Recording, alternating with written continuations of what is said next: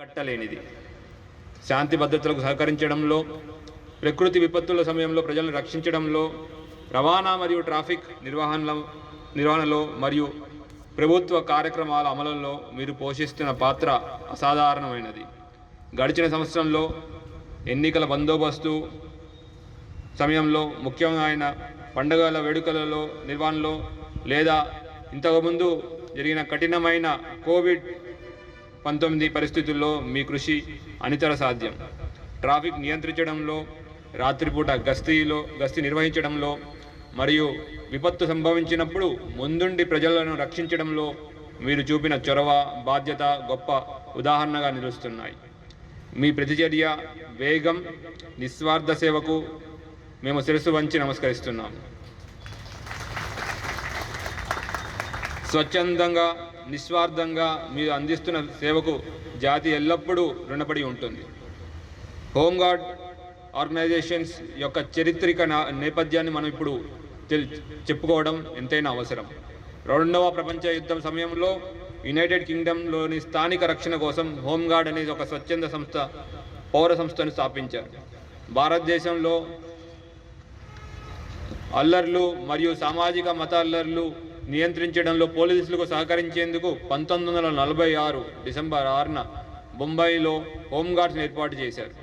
తర్వాత శాంతి భద్రతల నిర్వహణ మరియు వరదలు, అగ్ని ప్రమాదాలు, కరువులు వంటి అత్యవసర పరిస్థితులను ఎదుర్కోవడంలో పోలీసులకు అనుబంధంగా పనిచేసే స్వచ్ఛంద పౌర దళం అనే భావనను పలు రాష్ట్రాలు అంగీకరించాయి. ఉదాహరణకు పరాంతి రక్షాదళ్, వెస్ట్ బెంగాల్ విలేజ్ బ్లాక్ మరియు సివిక్ గార్డ్స్ వంటి స్వచ్ఛంద పౌర దళాలు ఉన్నాయి.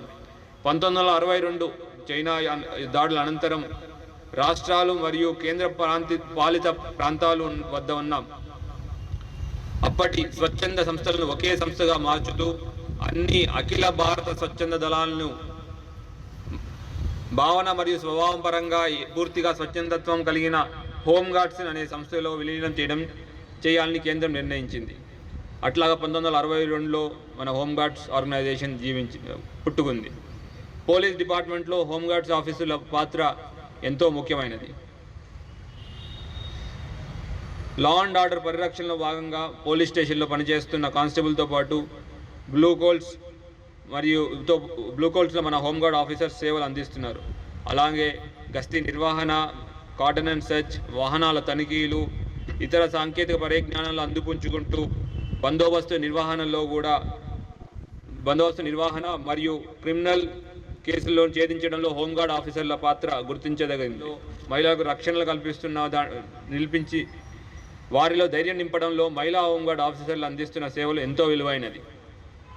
వీటితో పాటు సమాజ నిర్మాణం మరియు శాంతి భద్రతల కొరకు తమకున్న కళా నైపుణ్యాన్ని కళా బృందాల ద్వారా ప్రజల్లో ఉన్న మూఢనమ్మకాలు తొలగిస్తూ, డ్రగ్స్, అసాంఘిక శక్తులను, సైబర్ నేరాల పట్ల అవగాహన కలిగిస్తూ వాటి నుండి తప్పించుకునేలా అవసరమైన చైతన్యాన్ని ప్రజల్లో తీసుకురావడానికి సేవలు అందిస్తున్న మన హోంగార్డ్ ఆఫీసర్లందరికీ అభినందనలు. ఉద్యోగ బాధ్యతలు సమర్థంగా నిర్వహిస్తూనే చాలామంది మన హోంగార్డ్ ఆఫీసర్స్ సమాజ సేవ కూడా చేస్తున్నారు. వారందరికీ మన అభినందనలు తెలియజేస్తున్నాం. మన నిజామాబాద్ కమిషనరేట్లో ఇప్పటి వరకు 6 హోంగార్డ్స్కు మెడికల్ గ్రాంట్ కింద 10,000 రూపాయలు చొప్పున 60,000 మంజూరు చేయడమైంది. అదేవిధంగా మ్యారేజ్ గ్రాంట్స్ మరియు ఎడ్యుకేషన్ గ్రాంట్స్ ఇవ్వడం జరుగుతోంది.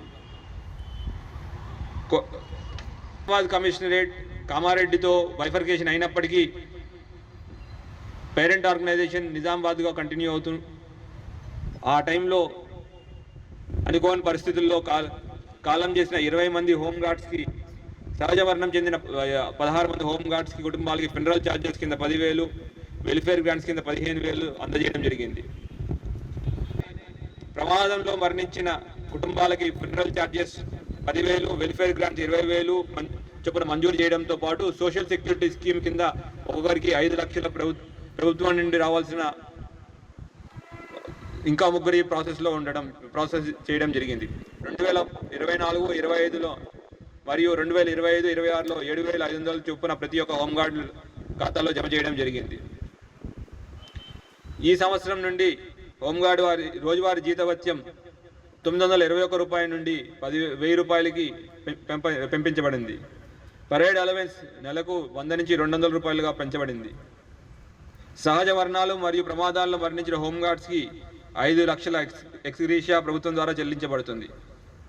దీంతో పాటు మన ప్రభుత్వం దగ్గర పరిశీలనలో ఉన్న కొన్ని అంశాలు కూడా తెలియాలి. సంవత్సరాల నుంచి ఆగున్నాయి, వాటిని కూడా ప్రభుత్వం ప్రస్తుతం మళ్ళీ మొదలు పెట్టడానికి పరిశీలనలో ఉంది. రాజీవ్ ఆరోగ్యశ్రీ పథకాన్ని మన హోంగార్డ్ సోదర సోదరి మనలందరికీ వారి కుటుంబ సభ్యులకు కూడా తీసుకొచ్చే దాంట్లో మన సీనియర్ ఆఫీసర్స్ ప్రభుత్వం దగ్గర తీసుకువెళ్ళారు. తొందరలో అది కూడా అవ్వబోతుంది.